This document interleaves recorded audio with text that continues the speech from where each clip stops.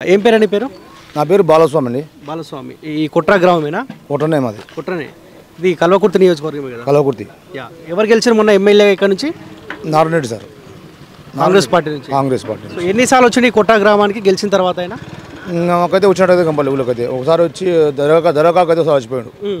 ఇది మన ముస్లింలు అది ఉంటుంది, ఇది ఒకసారి వచ్చి వచ్చిపోయాడు. సో మార్పు రావాలనుకున్నాం కాంగ్రెస్ పార్టీ, ఆ ఆప్షన్లో అయితే కాంగ్రెస్ పార్టీ కొట్టేసినాం. ఏమైనా మార్పు ఏమైనా కనిపిస్తూ ఉందా మీ గ్రామంలో? ఇంకా ఏదేంది చెప్తే మాకైతే మార్పు ఏ విధంగా ఉన్నది, హామీలు ఉచిత హామీలు అని చెప్పిండు, 6 హామీలు చెప్పిండు. ఒక బస్సు లేడీస్కి తప్ప ఇంకా కనబడితే ఎలాంటిది అయితే మాకు కనపాలే.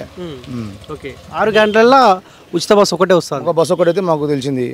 కరెంటు బిల్లు అన్నారు కానీ నాకు నేను ఒక కాగితం ఇచ్చిపోయాడు పిల్లవాడు వచ్చి, మా ఊళ్ళో పనిచేసే పిల్లవాడు వచ్చి, బిల్లు లేదంటే కదా బాబా అంటే ఏం లేదు ఎలా అంటారు కానీ ఇప్పుడు ఏం లేదు కట్టాలి అని వచ్చిపోయాడు అంతే. ఎందుకు జీరో బిల్ కొంతమందికి వస్తున్నట్టుంది కదా?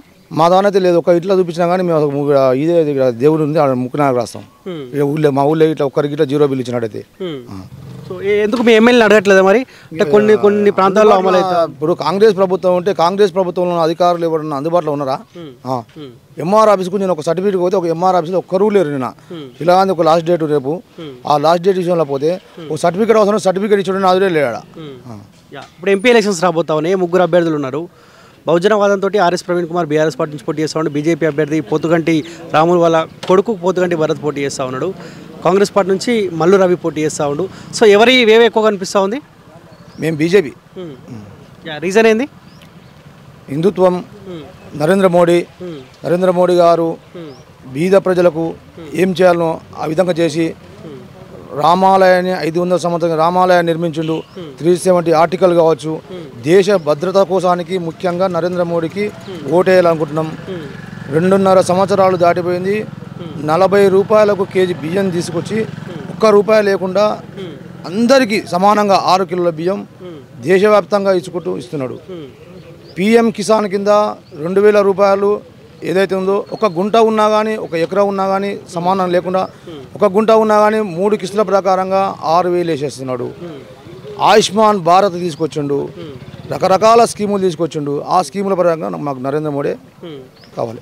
సో అక్కడ నరేంద్ర మోదీ రావాలి బాగానే ఉంది, ఇక్కడ ఎవరు గెలిచే అవకాశం కనిపిస్తుంది? మేము నరేంద్ర మోడీ గెలుస్తాం అనుకుంటున్నాం అంతే. అంతే.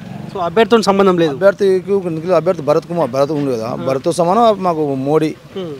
సో వాళ్ళ నాన్న ఎంపీగా చేసిండు 5 ఏళ్ల కాలం పాటు. వాళ్ళ నాన్న ఏమైనా వేయగలిగిండా? కొత్త వాళ్ళకి అవకాశం ఇవ్వచ్చు కదా, ఆల్రెడీ ఆ కుటుంబం నుంచి వాళ్ళ నాన్న ఎంపీగా పనిచేసిండు.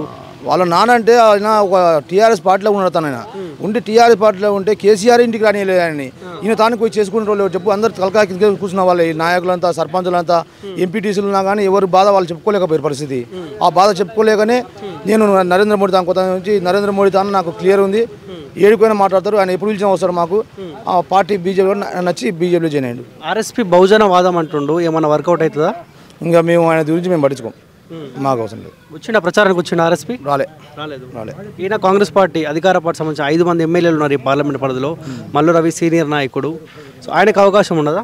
ఇప్పుడు క్యాండిడేట్ల పరంగా ఎవరు రాలే. ఈ రోజు కాకపోతే భరతే వచ్చి మా తానికి వచ్చింది క్యాండిడేట్. కాంగ్రెస్ వాళ్ళు మండల స్థాయిలో వచ్చిపోవచ్చు అంతే. సో భరత్కి అవకాశం ఉంటుంది, 100% ఉంటుంది. ఓకే.